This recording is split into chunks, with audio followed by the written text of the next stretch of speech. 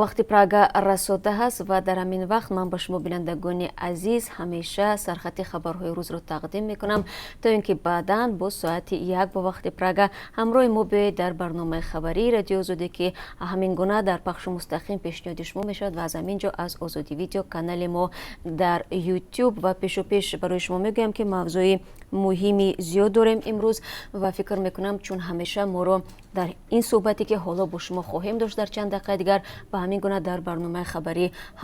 همراهی میکنید. زد و خورد میان مرزبانان توجیک و قاچاقبران افغان روز 13 اپریل در دو موضع شمزین شوین با گروه قاچاقبران افغان درگیری صورت گرفته است. در نتیجه یک مرزبان توجیک زخم بردارد. از سوی قاچاقجویان افغان نیز تلفات ثبت شده است. در برنامه خبری اوید به این حادثه برای شما تفصیلات خواهیم داد و تنها همین را یادآور میشم که به گفته مقامات توجیک از قاچاقبران بانگ دانه 1 میل سلاح کلاشنیکوف با 5 تیردان مصادره شده است.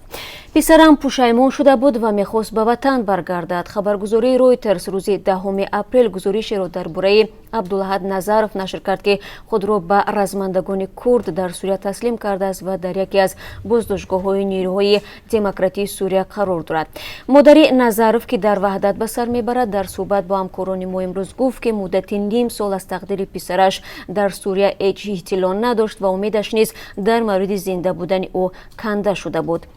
نظرов آخر سال 2015 از روسیه غیب زد و اول سال 2016 پس از تماس‌های او با پیوندانش مقامات معلوم کردند که وی در سوریه است. در برنامه خبری شما امکان خواهید داشت که صحبت مادر عبدالاحد نظرов را تماشا کنید. همچنین در موضوع داغ روز درباره نرخ قیمت شدن نرخ اینترنت در تاجیکستان نیز با شما صحبت خواهیم کرد. انیقترش صحبت ویژه معاون اول رئیس خدمات ضد نثاری را در این باره پیشنهاد شما میکنیم که میگوید این اقدام بنابر ضرورت اقتصادی به عمل آورده شده است و چون و چرای این صحبت را شما میتوانید در برنامه تماشا کنید. قانونی که میتواند فلاکتبار باشد. پیشنهاد وزارت کارهای داخلی روسیه درباره از حساب خود مهاجران ستاندن خرج اخراج آنها از حالا در بین حامیان حقوق مهاجران و کارشناسان امور مورد انتقاد قرار گرفته است. به گفته آنها چنین تشبث برعکس وضع مهاجران به این هم کم بضاعت را بدتر کرده باعث از مهاجران به اصطلاح قرضدار پر شدن مرکزهای موقتی نگهداری خواهد شد. در حال زیر خرج اخراج مهاجران از بودجه روسیه پرداخت می شود و سال گذشته از این کشور 6000 مهاجر دیپورت شده است و اگر بعد از 3 ساعت دیگر در برنامه خبری ما رو همراهی کنید در این باره نیز یک گزارش رو می توانید ببینید.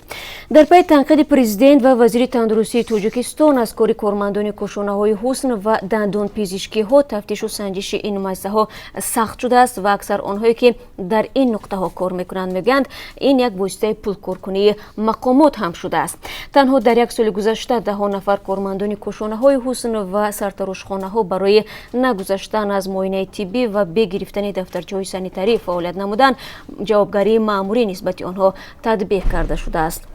مسئولان کاشانه‌های حسن هم میگن که تلاش میکنند تازگی و بی‌خطری را رعایت نمایند ولی در صورت انتقاد یا مجازات به مثل بستن موقتی این مؤسسه زیاد ناراضی نشده از پی اصلاح وضع میشوند و باید گفت که کاشانه‌های حسن از مؤسسه‌های تجارتی به حساب میروند که مشتری‌های زیاد دارند و از دست دادن آنها باعث کساد شدن این نوع تجارت میگردد. همکاران ما در این موضوع گزارش آماده کردند که بعد از 3 ساعت دیگر پیشنهاد شما میشود و یکی از همکاران فعال رادیو آزادی خود شما بینندگان عزیز و کاربران گرامی آزادی ویدیو هستید که پیوسته نوار و عکس‌های جالب را در اختیار ما میگذارید. اگر تا آخر برنامه امروز ما را همراهی کنید یک نوار انتقالی به برای خودروی را از سوی ماشین اواکواتور خواهید دید که روزی گذشته در شهر دوشنبه اتفاق افتاده است. صاحب ماشین در نزد بازار کاروان ماشینش را گذاشته است اما بعد این با ماشینش چی می شود در برنامه خواهید دید و باز چند خبر دیگر نیز هست که فکر میکنم تا شروع برنامه ما تفصیلاتش رو در دست خواهیم داشت و در برنامه خبری برای شما در این باره جزئیات میدیم و سپاس میگم که شما تا این لحظه هم رو تماشا کردید و همین گونه امیدوارم که بعد از 3 ساعت دیگر بازم با شما